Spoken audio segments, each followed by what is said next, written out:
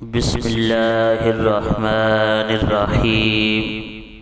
تمام تعریفیں اس کریم رب کی جو تمام جہانوں کا خالق اور مالک ہے، اور تمام تعریفیں اس کریم رب کی جو تمام جہانوں کو بنانے والا ہے اور سجانے والا ہے، اور لاکھ لاکھ شکر ہے اس کریم رب کا جس نے ہمیں اشرف المخلوقات بنانے کے بعد ایک مسلمان گھر کے اندر آنکھ کھولنے کی سعادت بخشی ہے،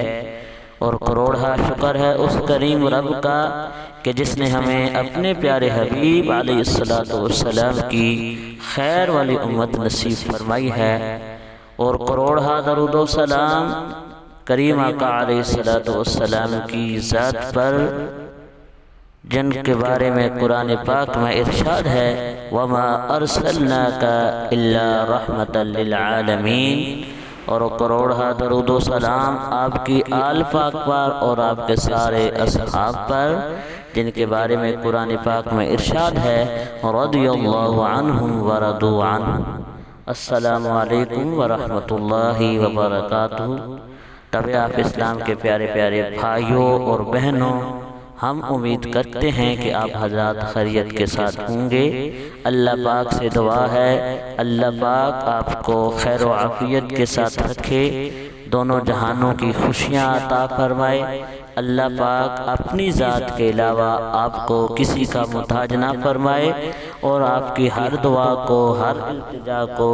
اپنی برگاہ کے اندر قبول و منظور فرمائے۔ پیارے پیارے بھائیوں اور بہنوں،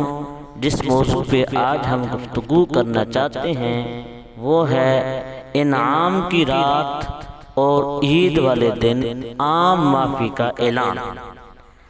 تو موضوع کی طرف جانے سے پہلے حسب معمول آپ بھائیوں اور بہنوں سے ہماری گزارش ہے کہ ہمارے چینل طبع اسلام کو سبسکرائب کر دیں، گھنٹی والے بٹن کو دبا دیں تاکہ ہر آنے والی ویڈیو آپ کو مل سکے، اور کمنٹ سیکشن کے اندر اپنی رائے کا اظہار ضرور فرمائیں۔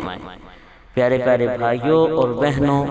اللہ پاک کا لاکھ لاکھ شکر ہے جس نے ہمیں اپنا پیارا مہینہ رمضان المبارک عطا فرمایا ہے، جس کے اندر اس کے فضل ہیں، جس کے اندر اس کی رحمتیں ہیں، جس کے اندر اس کی مغفرت ہے۔ پیارے پیارے بھائیوں اور بہنوں، قرآن پاک میں پھر رب تعالی ارشاد فرماتا ہے قُلْ بِفَضْلِ اللَّهِ وَبِرَحْمَتِهِ فَبِذَلِكَ فَلْيَفْرَحُوا، کہ جب تم یہ فضل پالو، رحمت پالو اللہ کا، تو پھر تمہیں خوشی مناؤ۔ تو اللہ پاک نے رمضان کے فوراً بعد ہمیں عید الفطر کا دن عطا فرمایا ہے، تو عید الفطر کے دن خوشی کا اظہار کرنا مستحب ہے۔ پیارے پیارے بھائیوں اور بہنوں، جب جو ہی رمضان ختم ہوتا ہے تو اللہ پاک نے ہمیں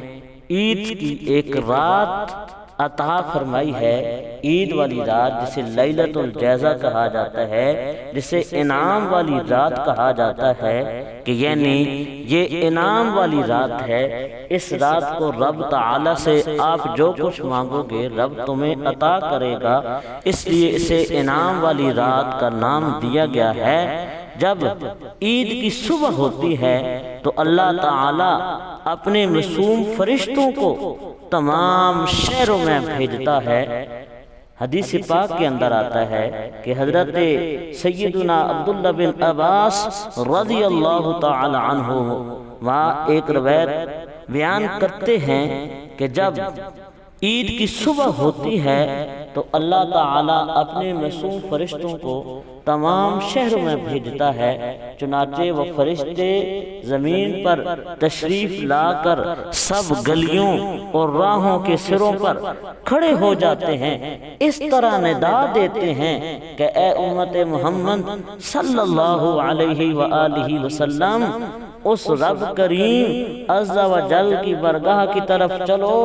جو بہت زیادہ عطا کرنے والا ہے اور بڑے سے بڑے گناہ معاف فرمانے والا ہے۔ پھر اللہ تعالی اپنے بندوں سے یوں مخاطب ہوتا ہے، اے میرے بندو مانگو،